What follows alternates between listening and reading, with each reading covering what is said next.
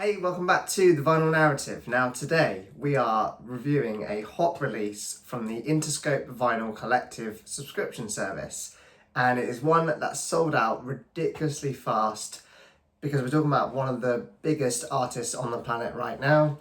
It is Olivia Rodrigo. Now, I know what some of you are thinking. What on earth is a nearly 40-year-old man reviewing Olivia Rodrigo record for? Well, the answer is pretty simple actually. I think she just writes incredibly well-crafted pop music, and I am completely unapologetic about this. I am a big Olivia Rodrigo fan, and for me, good music is good music, and I think Olivia just puts out some really strong pop music. And in my opinion, I think she's become one of the most important pop singer-songwriters of her generation actually. She's obviously being compared to the likes of Taylor Swift, and there are similarities there in terms of the way that both of them will kind of turn their personal experiences into songs that connect with millions and millions of people. But I think Olivia has kind of earned this admiration, I think, over the past few years outside of the kind of pop arena. She's, for instance, Robert Smith of The Cure has, spoken very positively about her work. He's even collaborated with her where he's appeared with her at Glastonbury Festival and sung The Cure songs.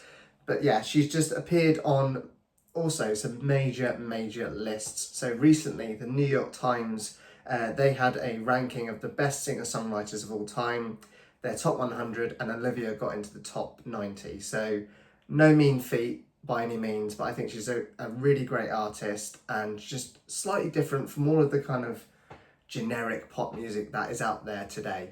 Anyway, that's my justification out of the way as to why I'm doing this. Today we're going to find out whether or not this release from IVC of Olivia Rodrigo's debut album Sour is worth the hype that it had going into the release. So let's get into it. Sour was released back in May 2021 and it was her debut album. It was on Geffen Records, and I think it has actually become one of the more defining records of the decade, especially a pop record. And what's really remarkable about this record is that, it arrived at a time where kind of mainstream pop was just incredibly polished and really formulaic actually. But I think Sour as an album really kind of felt fresh and it stood out to me. This album kind of combines things like heartbreak, ballads, and kind of this almost like bedroom pop feel of intimacy, as well as things like alternative rock and pop punk are on here. Certainly a lot of pop punk energy throughout this record. And that just feels, she's kind of molded this all up together and it feels very, very cohesive as a record. Now, I first really paid attention to Olivia's music when she dropped the single Good For You. And that actually landed on one of my Spotify playlists. I didn't seek it out or anything, it just appeared in there. And I immediately noticed two things, is that firstly, she can genuinely sing. She's got a fantastic voice. And then secondly, the song just sounded really different from any kind of generic pop music that was happening at the time. It had guitars, for instance, and a lot of live instrumentation in the record. And it felt like this kind of like throwback to like pop punk and alternative rock music that I think a lot of us grew up with in the late 90s and early 2000s. And yeah, it just felt different and it made my ears turn and my head turn as well. And just fantastic single, Good For You, it really is. And I think you can really draw lines back to like Paramore, Avril Lavigne, and even some of the kind of bigger alternative acts of that era, that kind of early 2000s era. But I think a lot of that credit has to go out to her longtime collaborator and producer, Dan Nigro, or Nigro, I can never know how to pronounce his name. He kind of helped just create this sound that blended the modern pop production with some organic instrumentation and just some actual dynamics, which I think has been missing again. Not to hate too much on the pop as a genre, but I think a lot of that been missing for quite some time. And then as a result, this record really just appealed to not just pop fans, but to indie fans, to rock fans, and singer-songwriter fans all around the world. Now, to say that this album was successful would probably be an understatement. The lead single, Driver's License, that became an absolute cultural phenomenon. It debuted at #1 in the US and in the UK, and it broke multiple streaming records almost like overnight, actually. And for several weeks, it just felt like that song was impossible to escape. It was everywhere. It was all over social media, being used by influencers and just everyone in general. And then, of course, came the other singles from this record, Deja Vu. Then you had Good For You, which I've already talked about. And these are just absolutely gigantic songs from one single debut record. So she's achieved an incredible feat with this record.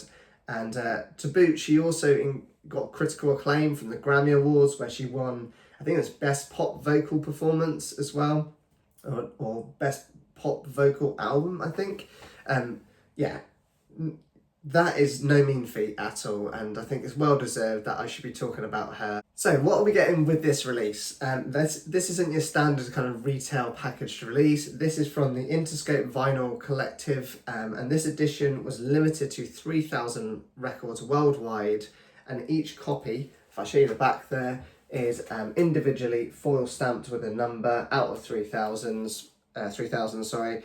I got 2,160. Not that it matters in any way, shape or form, but you do get this incredibly beautiful, glossy, and wait for it, you're going to love what I'm about to say next. It's a glossy tip-on jacket, and you know how much, if you've watched me before, you know how much I love a tip-on jacket. So this is very rare for a kind of a standard pop release, but the fact that IVC have done this is fantastic. So there's a look at the kind of gatefold cover on the inside.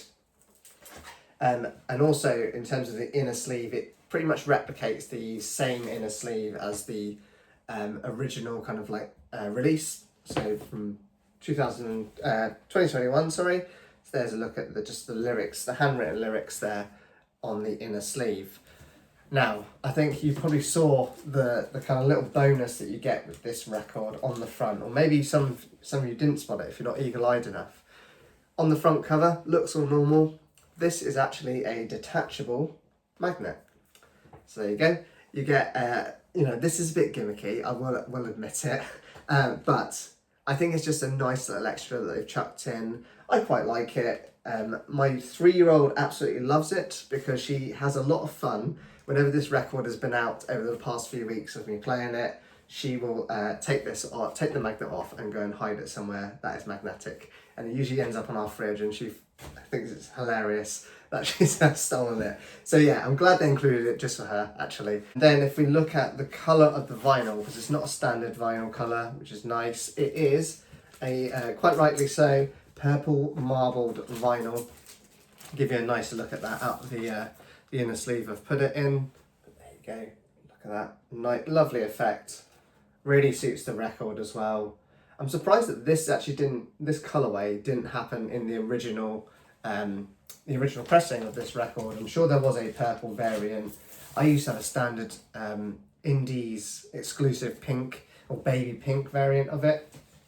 Didn't sound that good though, unfortunately, but yeah, really like the colourway of this one. And actually one last thing I want to mention about the packaging is that, because you've got this magnet included with it, it does mean that the gatefold jacket is actually magnetic itself. So yeah, that is something I've been collecting vinyl for a long time. I don't think I've ever seen a magnetic tip-on jacket, especially a gatefold. So yeah, that's something that's exclusive for this release only, but I would expect that we might start to see more of these kind of releases actually with a magnetic cover or front cover. So it's just that kind of front piece of board that is magnetic, so it's nice and weighty. This feels like this record's package is gonna last for a long time. Now let's talk about the pressing quality of the record. Now this was pressed at GZ Media, and this is unfortunately where we sort of hit a bit of a weak point about this release. But I'll give you the good news first, is that this copy is flat, it's centered, and the vinyl itself, I believe it's 180 gram. It feels like it. I've not weighed it or anything, but it feels substantial and it feels well manufactured. There's no, I put it through an ultrasonic clean and there was no kind of like non-fill issues. There was no pops or crackles with this. However, the downside to this release, and this is quite common for a GZ Media release, There's a fair amount of surface noise throughout this record. I'd say, well, it's low level, but it is there. It's not severe, and it's not enough to distract you from the listening experience, but on Sour there are some kind of quiet passages of music and just like kind of almost singer-songwriter style songs where it's just an acoustic guitar and Liv starts just singing over the top of it, and they feel a bit more intimate. You're going to notice that surface noise from time to time.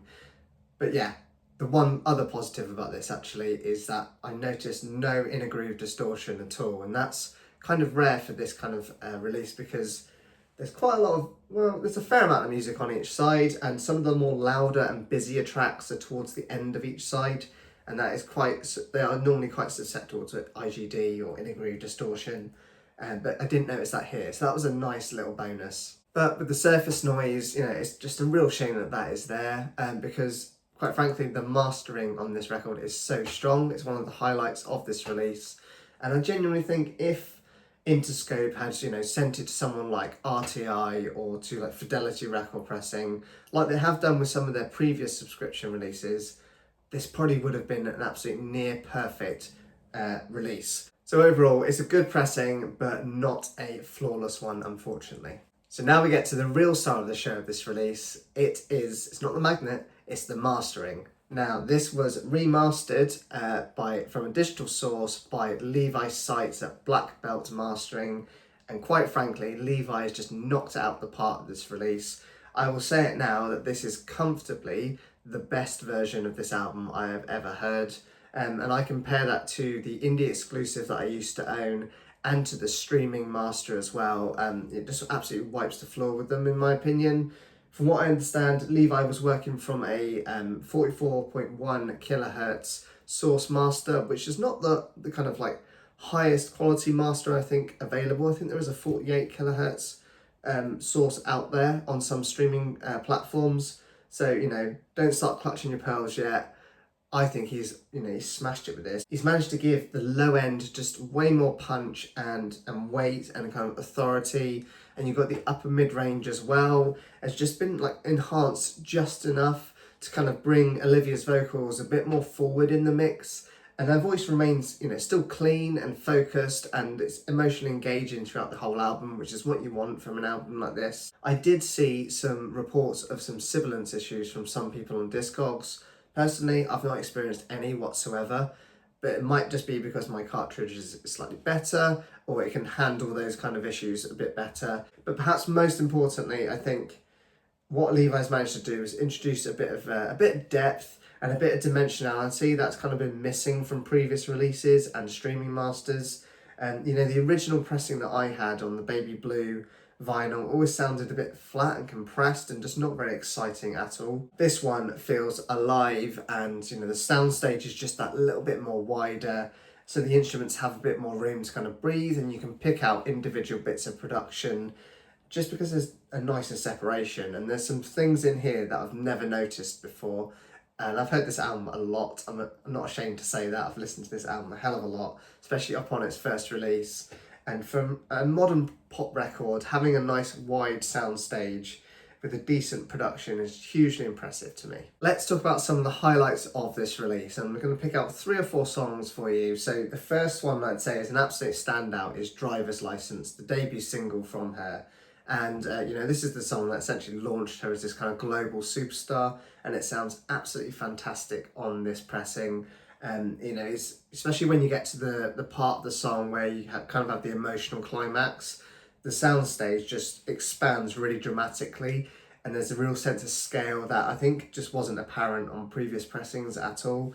And I'm starting to notice a bit more kind of like subtle synthesizer work in there, and some layered kind of production in the drums as well, and that I think previously maybe was just a bit buried in previous mixes and pressings. Levi's really brought that out here, and it's really nice to hear. Another one would be Favourite Crime, and that's one of the more kind of like quieter and more intimate moments on the record.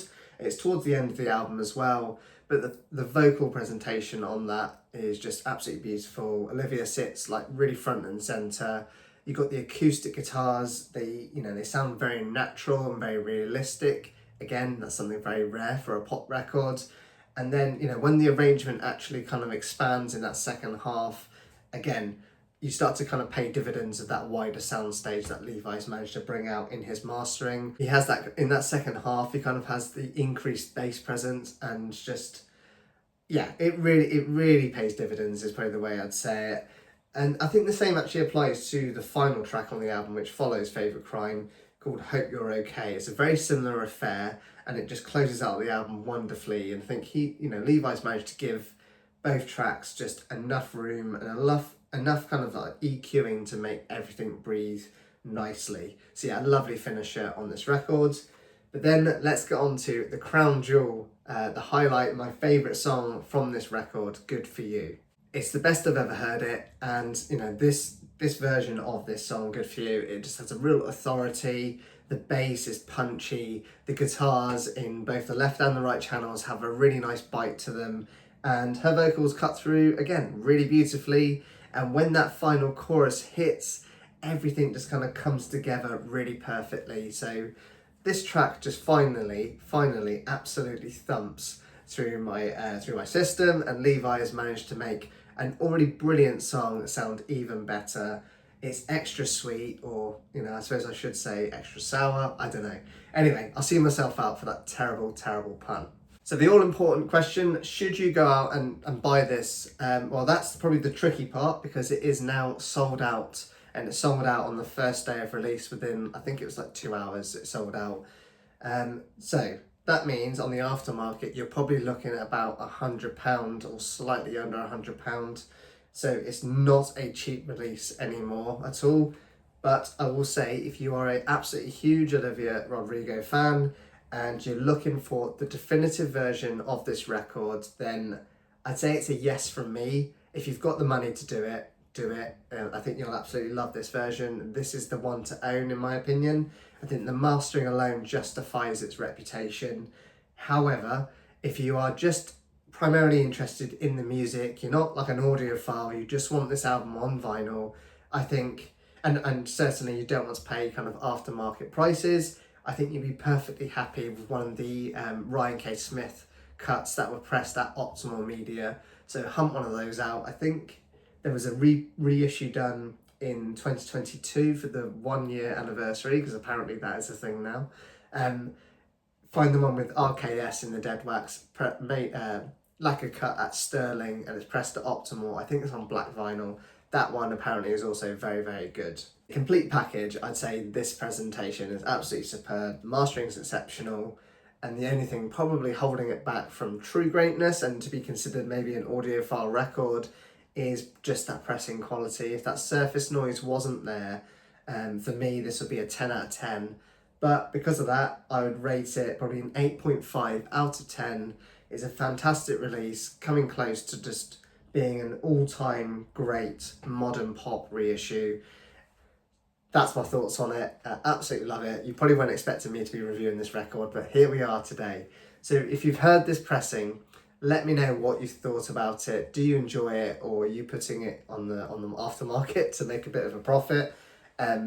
Or just, you know, have you yet to hear this actually in a good format, or have you even heard a decent pressing of this that you'd recommend as a nice alternative? Let me know down in the comments. If you've enjoyed this video, please give it a like, and if you've not already, please subscribe to The Vinyl Narrative. I'd love to have you stick around. We'll do more of these kind of reviews and deep dives, but also some kind of artist analysis and some ranking videos as well. We'll have a bit of fun here. But yeah, thank you so much for watching today. The only thing I've left to say is to take care of yourselves, and please keep on spinning your records.